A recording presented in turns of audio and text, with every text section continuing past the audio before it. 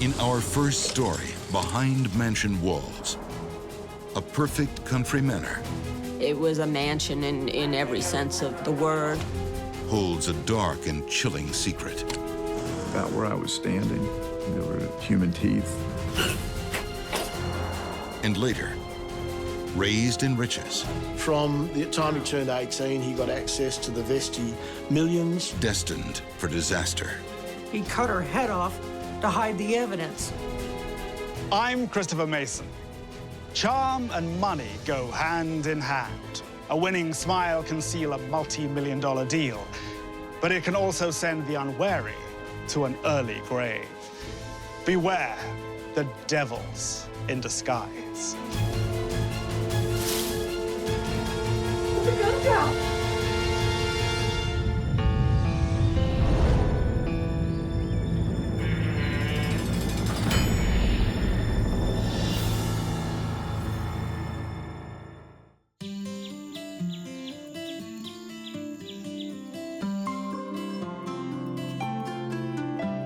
Stone fireplaces, crowned by exquisite chandeliers. This opulent country mansion is perfect for entertaining, and it has a famous former owner. Indiana's most prolific serial killer.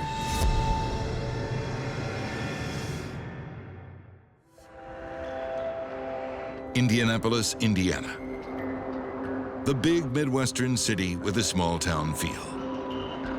Even though it's a large city associated with the Indianapolis 500 and other events, is really a small Midwestern town in certain ways. Very conservative, very family-oriented. On the city's northern outskirts is Westfield, a district synonymous with prestige.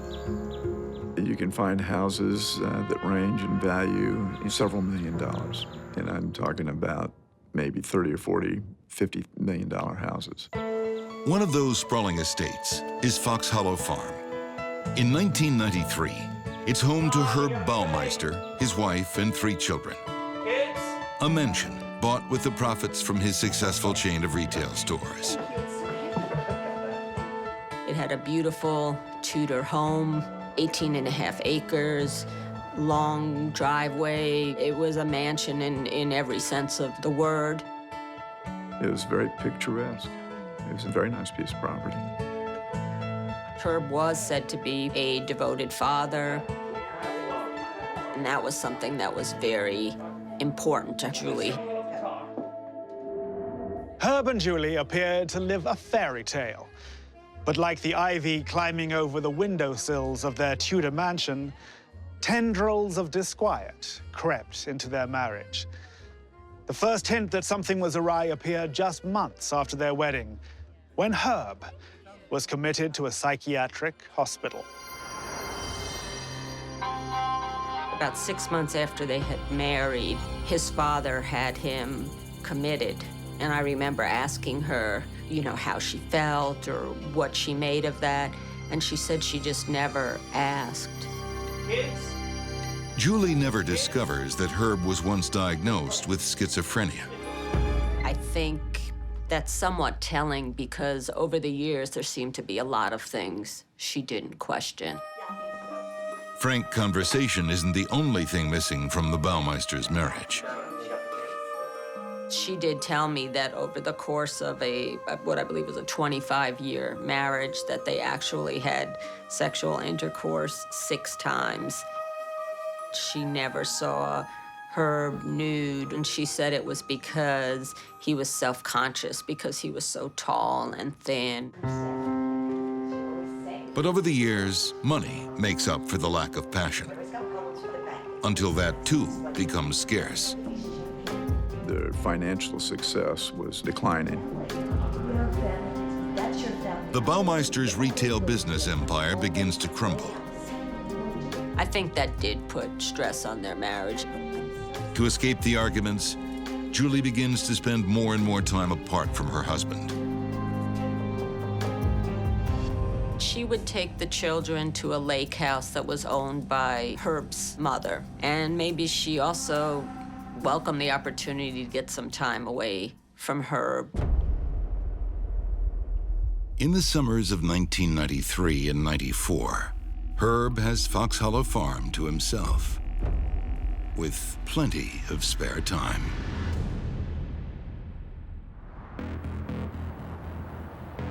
Meanwhile, in nearby Indianapolis, something strange is going on. A number of gay men from Indianapolis had begun to disappear.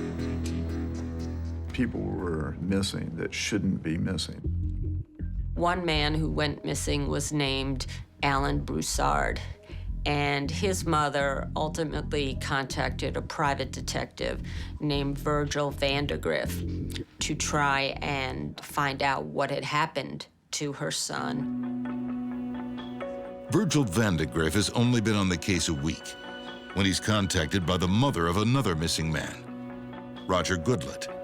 Neither one of them had the typical things that you would think of, like cell phones and credit cards and things that you could look at to track. And in 1990s Indiana, it seems being gay is akin to being invisible. I think if it had been young blonde co-eds disappearing, young blonde college students, that would have been very different.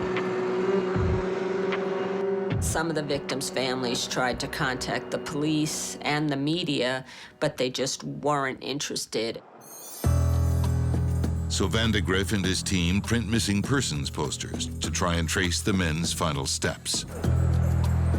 So we decided to take them into the gay community area and distribute them among the gay bars. And at that point also, we found out that there were a lot more missing gay people. From 1993 to 1995, 10 homosexual men are reported missing from Indianapolis. The gay community there was starting to be aware not only that men were disappearing, but that also their disappearances were being ignored. Finally, the publicity pays off. Vandegrift. Virgil Vandegrift gets a call from a frightened gay man. And when he did call Virgil, it turned out he had a very interesting story to tell. Tony Harris's story begins one night in August 1994. He said that he was at one of the gay bars, had a conversation with a man there. He had met a man in a bar who identified himself as Brian Smart. They started talking, and eventually Brian convinced this young man to come back to this mansion. Brian Smart took him into this house, but said, oh, there's no electricity. So he kept it very dark, and he said, oh, we can't walk around the house, but led him to the basement where there was, as he had promised, this indoor pool. This man wanted to do asphyxiation, which basically means choking someone while they're involved in a sex act and cutting off air and oxygen to the brain, which causes something of a rush. Without realizing the peril he's in, Tony Harris submits to this dangerous sexual game. And he allowed Brian to perform this act on him.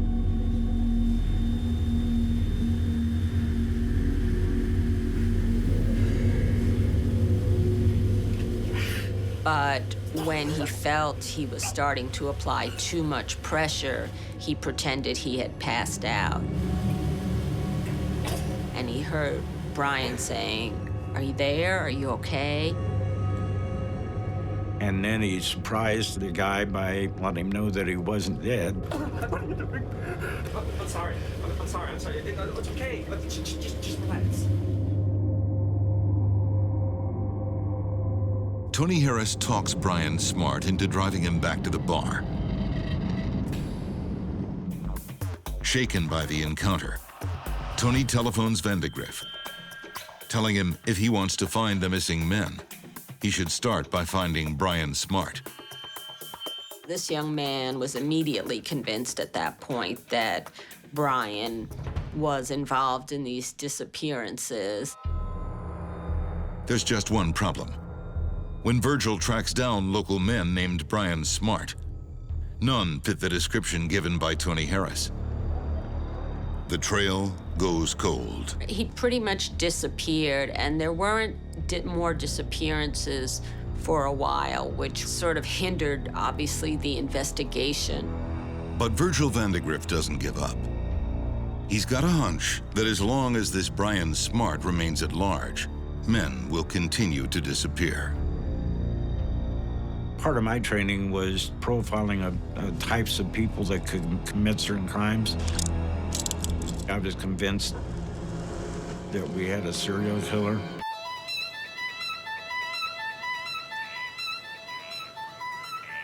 The well-heeled residents of Westfield, Indiana, normally expect to find manicured lawns and carefully trimmed hedges in their backyards. Not human skulls. Not exactly normal. It's the fall of 1994. Look what I found. And housewife Julie Bowmeister is stunned by her son's discovery. She was kind of startled, to say the least. Can I keep it?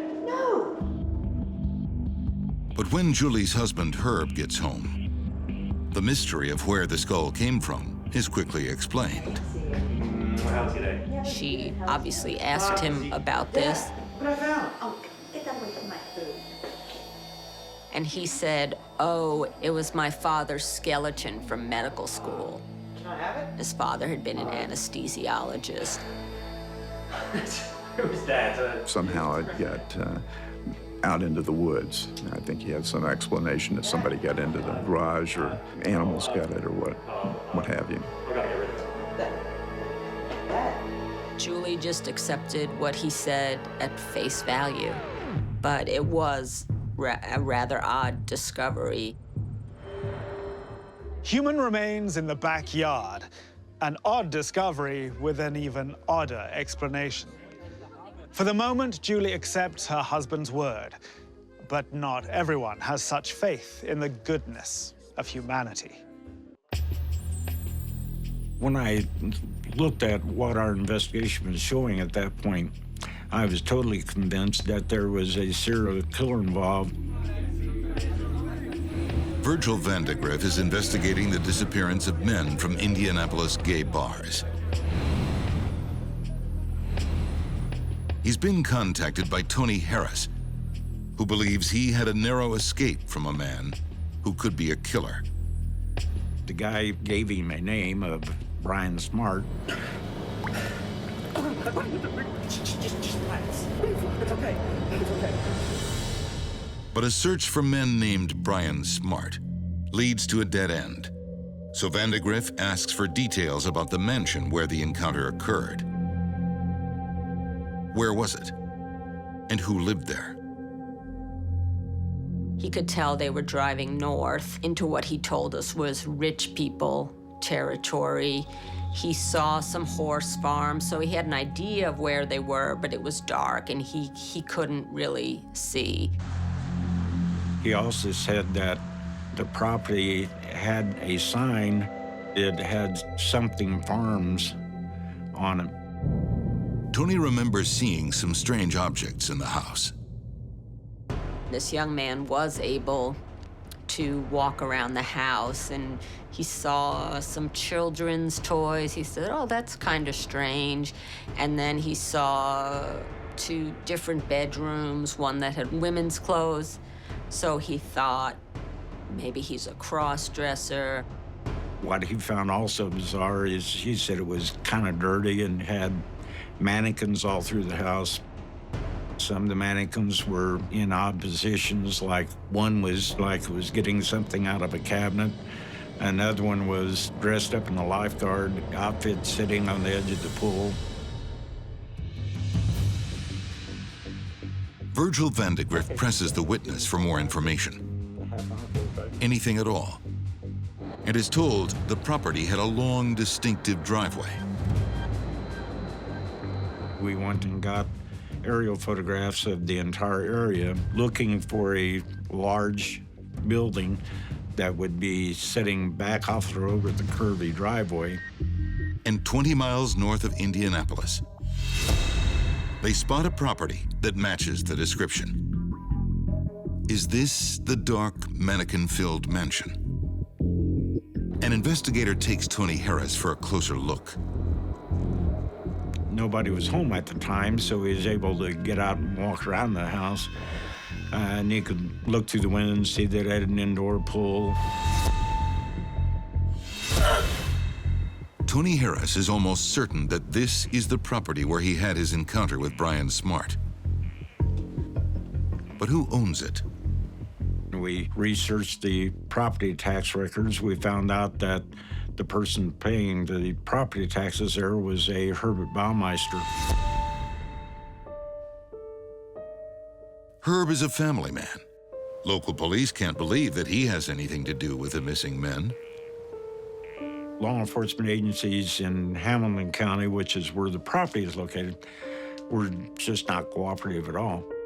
That was really slowing things down.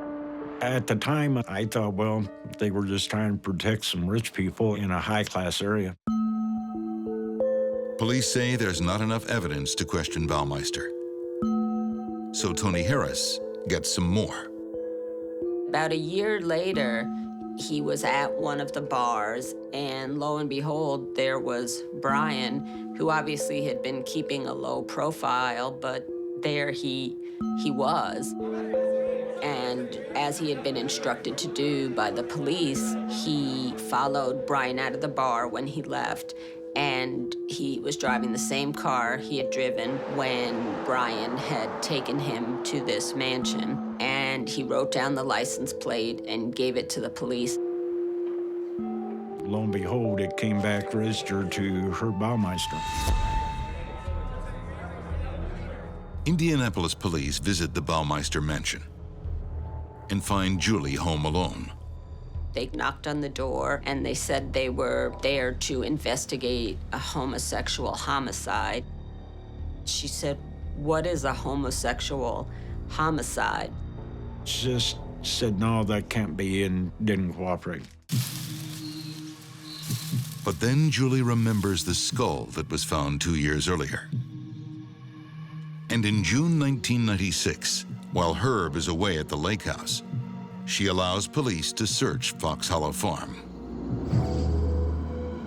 We got to a place that there was a clearing, and she explained that's where she'd found it.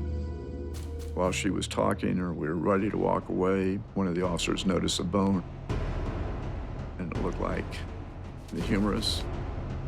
I looked down, and there were human teeth, 3 or 4, about where I was standing, with what appeared to be finger bones. And things get pretty exciting at that point. Immediately, that became a crime scene.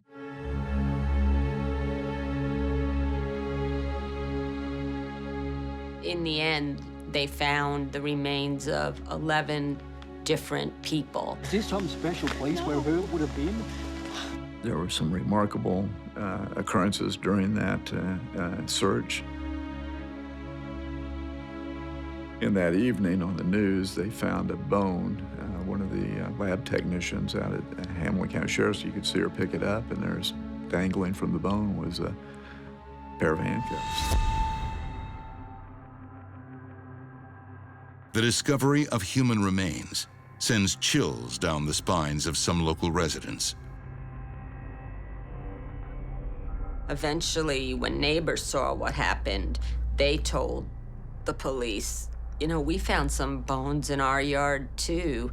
And actually, there were so many, there was a creek that ran behind the house, and kids used to find bones there. And they found so many that it was known among the neighborhood children as Boney Creek, strangely enough. But they assumed they were raccoons or animals that had died. Julie is overcome by shock at the discovery of the mass grave. But the police have more pressing things on their minds. Like, where are Herb and the children?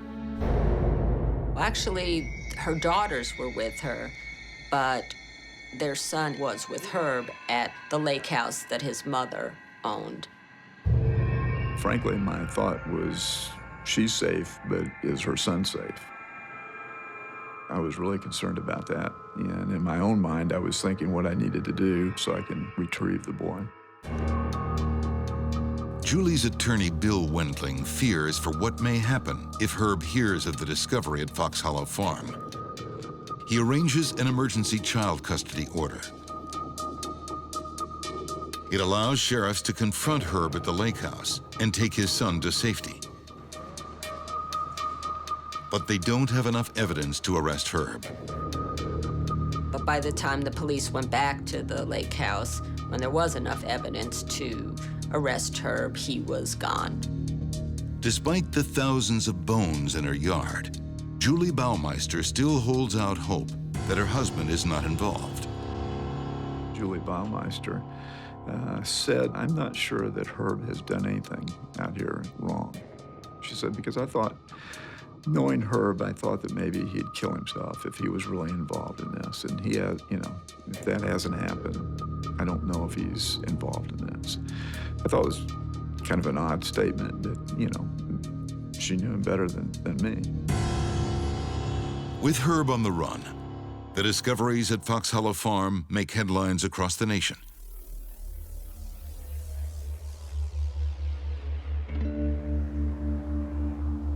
And 8 days later, Herb writes the story's final chapter. Mr. Bowmeister had killed himself. He left a rambling 3-page suicide note that talked about the failing business and that his marriage was over and the problems he and Julie were having, but he made absolutely no reference to the killings or to any of the missing men. But Herb's note does contain a final farewell to his children. It was an odd statement. It said that he was going to eat a peanut butter sandwich and then he was going to go to sleep.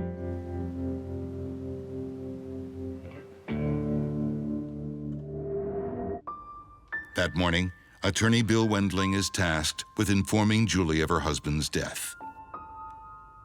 Julie's reaction was, she knew, I'm there at 4:30 or 5 o'clock in the morning, that it was something substantial. And I explained to her that they had found Herb and that he was committed suicide. And the children were just coming down the stairs as I was trying to explain that to her. And of course, you know, she acted adversely to that information and was quite upset for the children. I was concerned about their mental well-being. I mean, it's a huge shock that's going on for those kids. And it was an emotional scene.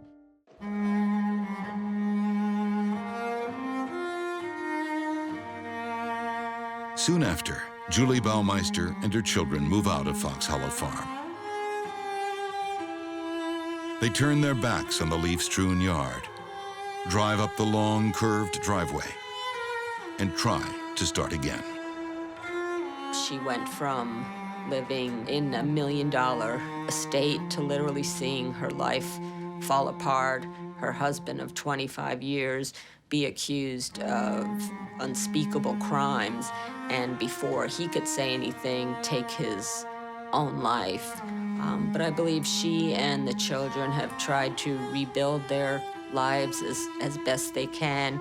She said to me at one point that whatever he did, that will not destroy the love the children had for their father. Whether that will remain true their entire lives, I don't know. 11 sets of bones are found at Fox Hollow Farm. Only 4 of the victims are positively identified. Herb Baumeister takes the secrets of how they died to his grave. Police were never able to question him, never able to charge him. But there's little doubt as to what he had been up to. He was the most prolific serial killer in Indiana history.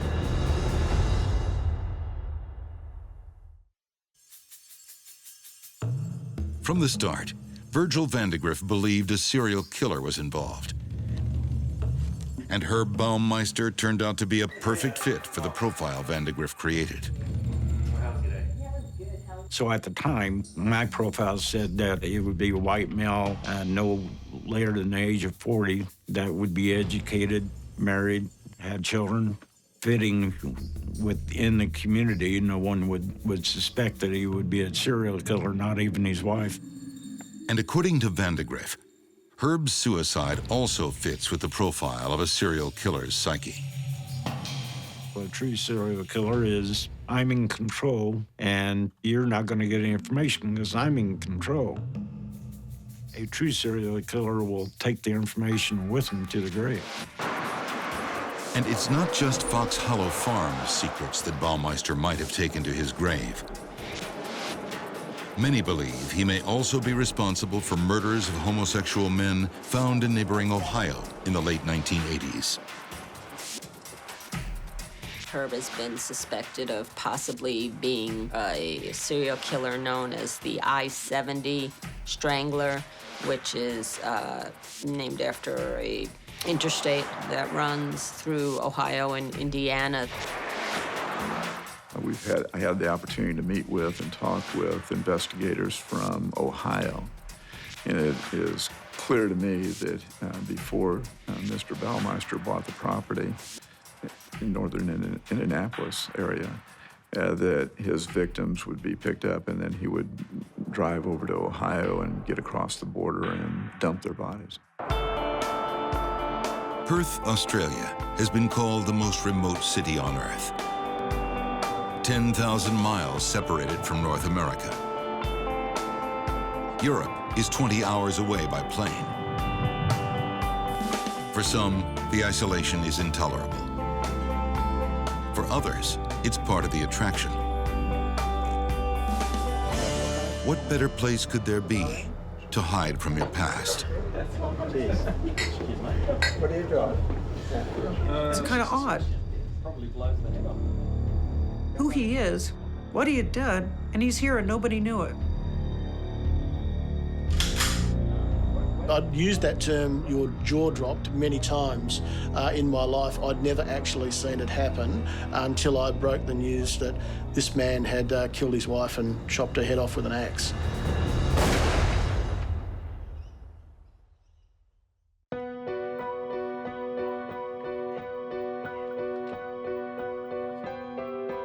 Erica Bedford has been a motorcycle lover her whole life. But back in 1980, there was one ride she wishes never happened. We took this beautiful drive down to Sausalito, and we pull up to the stop sign. And in the second lane to the right is a gentleman on a brand new Harley Davidson.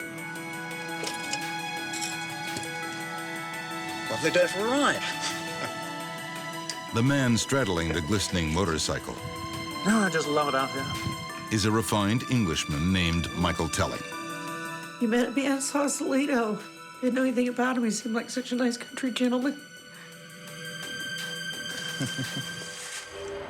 Michael's more than a nice country gent. He's an heir to the billion-dollar fortune of the Vesties, Britain's second wealthiest family after the Royals. With money like that, the Vesties usually get whatever their hearts desire. And what Michael desires is 18-year-old Erica.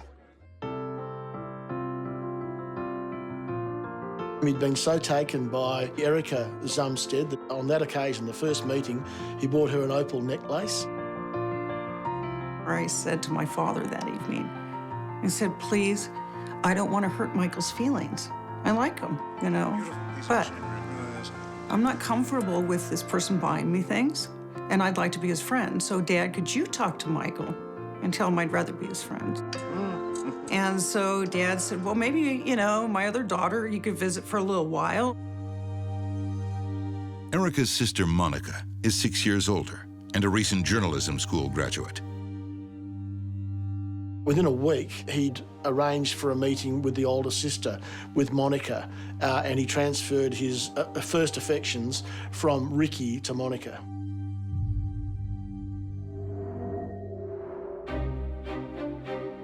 William Vesti began his livestock and shipping empire in 1890s Liverpool, England. But his descendants are more likely to be found here, in the rolling hills of the Cotswolds, enjoying their 6,000-acre private sporting estate. They certainly are still extremely rich family, and also extremely close to the British establishment aristocracy. Michael Telling's estate is in nearby Buckinghamshire. Known as Lambourne House, it's more understated, but still prestigious. From the time he turned 18, he got access to the Vesti millions. He had a fabulous income. It was in the realms of about £30,000 a month.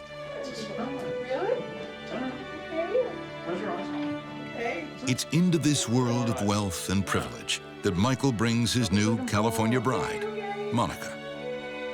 And now, I think it became pretty obvious to Monica very quickly that this was a man of enormous wealth. So special, and I'm so touched that you remembered.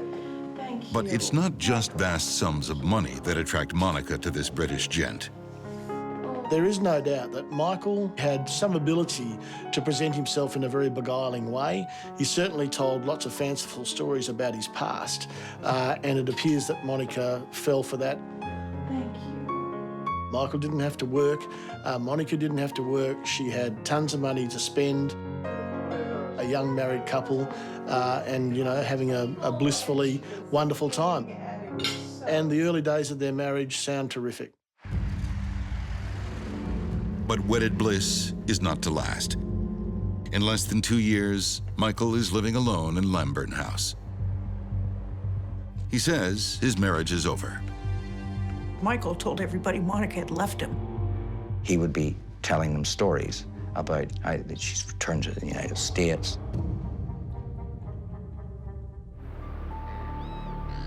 If Monica has returned to California, why hasn't her family heard from her? And why does her sister Erica have an ominous sense that something is terribly wrong? Suddenly, I felt the most violent feeling inside. Angry. I didn't know why. It's March 29th, 1983. Suddenly, I felt the most violent feeling inside. Angry. I didn't know why. I didn't know what it was about till 5 months later. 5 months later, I got a call. Your sister's dead.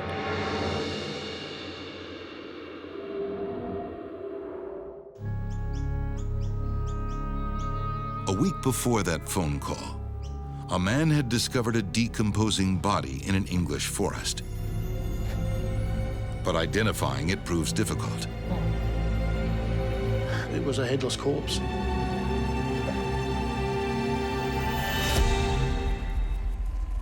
The discovery makes national news in Britain.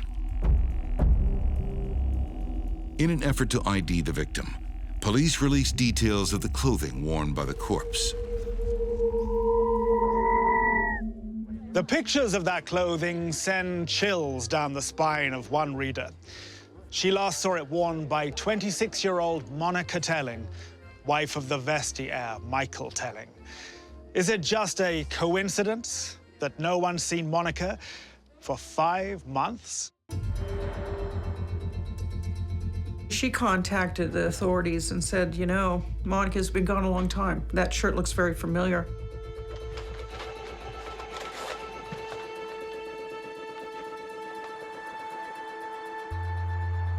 Near the village of West Wickham, police knock on the door of Monica's husband's mansion and begin a search.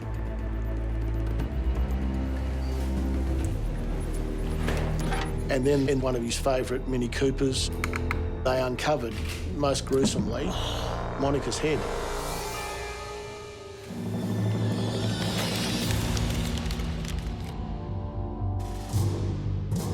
For 5 months, Michael had been telling friends that his wife had left him. How will he explain her severed head in his car? And just what brought this love story to such a brutal end? This good-looking, charming young English gentleman and this vivacious young American woman, and that should be a recipe for a great romance. What would end it tragically and fatally?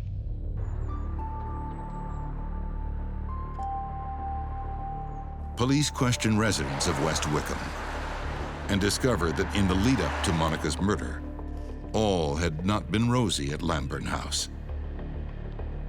The stories in the village of their wild parties and their drinking were fairly legendary, so there was obviously a fair bit of abuse of alcohol going on. They were having a wild time, so there was plenty of booze and, by some accounts, plenty of drugs, and it just progressively started to work down. The life of excess reveals another side to Monica's English gent. Don't think I've forgotten about you either! She ended up with a man who was able to explode into these disastrous tantrums and be very threatening towards her. Michael has a history of mental illness. He was definitely in psychiatric institutions from a young age. He had a propensity for violence. He attacked his mother with a carving knife at one point and definitely had mental health problems, no question about it. Some say his wife tried to help him through his psychiatric problems. Let's do it right here on the bench. Others, that she made his condition worse. What he said is she taunted him mercilessly, he claims, about his sexual inadequacies. Do we do that? Yeah. No, we're not gonna do that. You're too boring. When police find Monica's head in the trunk of Michael's car, he admits he killed her 5 months earlier. But why? What pushed this refined English gentleman over the edge? The Monica that was portrayed by the defense, this was a gold-digging, drug-taking, bisexual abuser. In June 1984, a car containing British multimillionaire Michael Telling arrives at Exeter Court. He admits to killing his 26-year-old American wife, Monica. But so far, the world doesn't know how she died or why.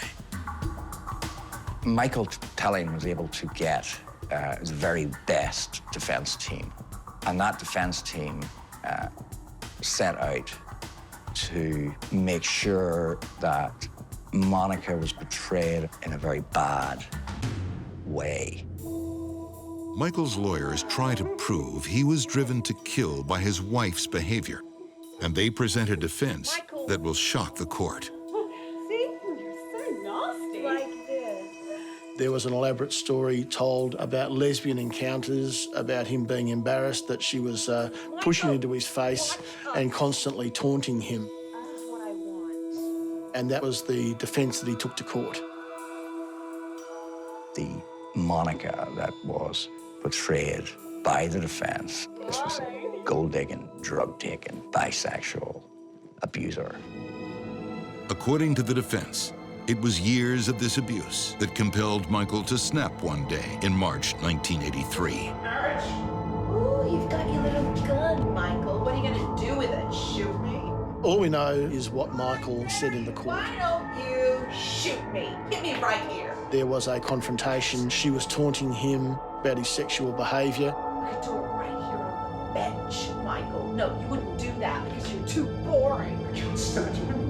Come on, shoot me right here. I dare you. He lost it. He snapped and he shot her. Come on, what are you waiting for?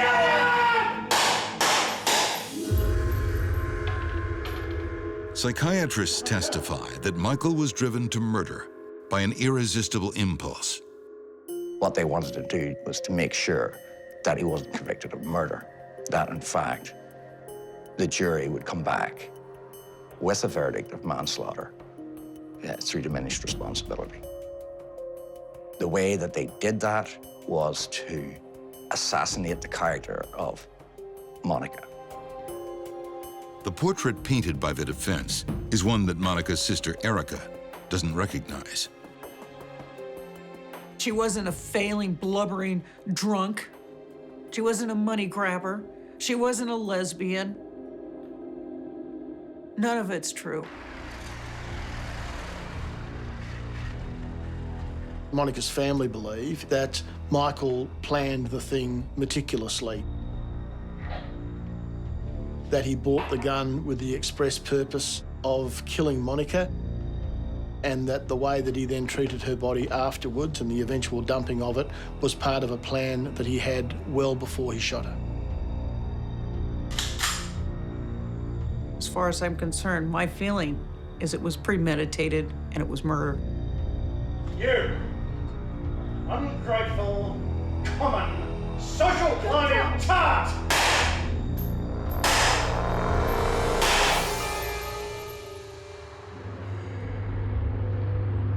To many, Michael's actions after the shooting are more shocking than the killing itself. And then he took her body.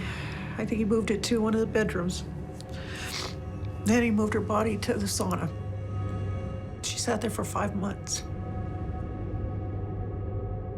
Somewhere at the end of 5 months, I don't know why, Michael decided he better remove her body.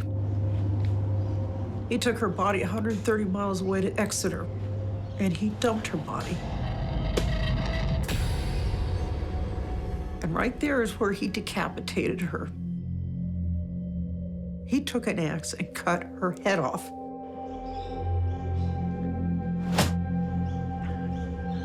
Michael took the head back to his home in Buckinghamshire with him.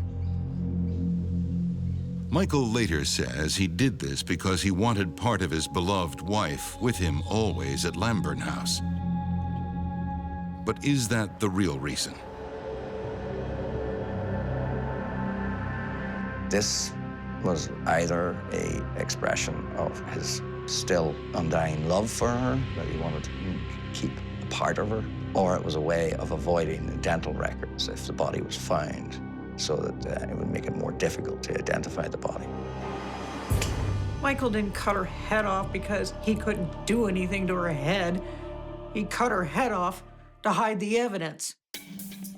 The court hears that in the 5 months between killing Monica and dumping her body, Michael takes other steps to avoid detection.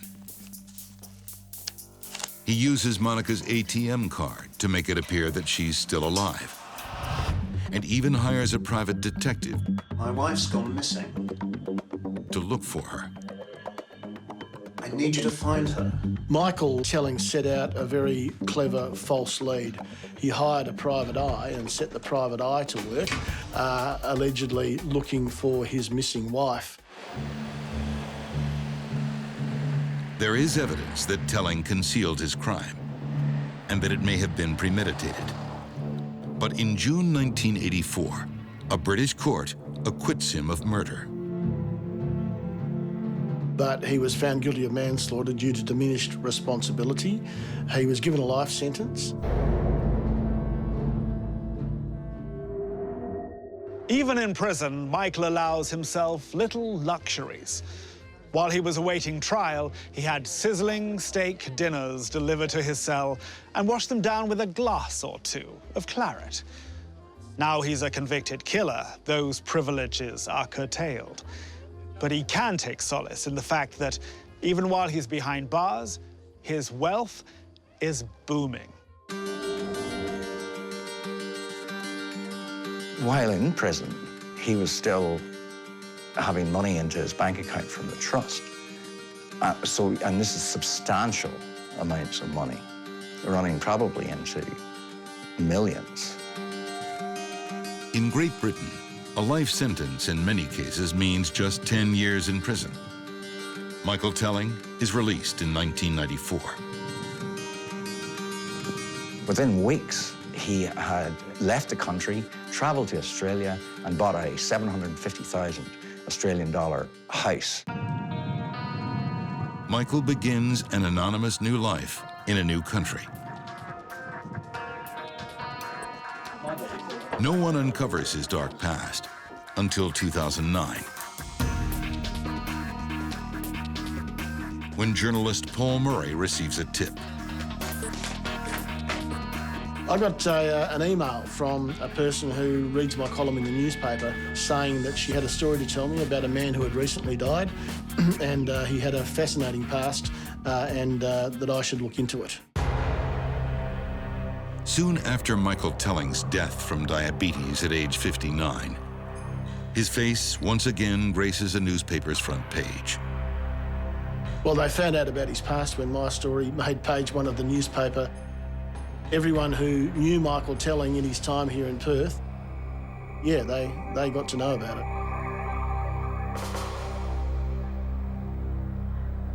News of Michael Telling's demise does little to soothe Erica Bedford's loss.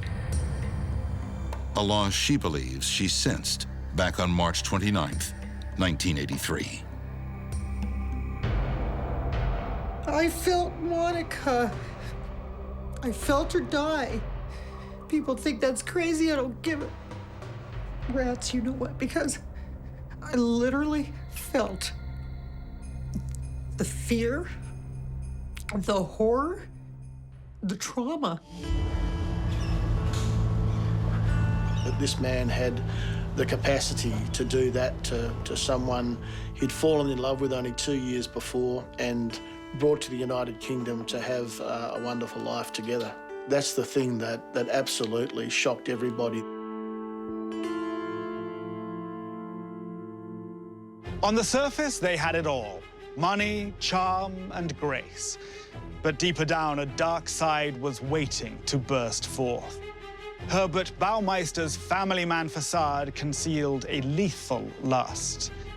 And when Michael Telling's mask slipped, he was anything but a well-mannered gent. Wealthy on the outside, wicked on the inside.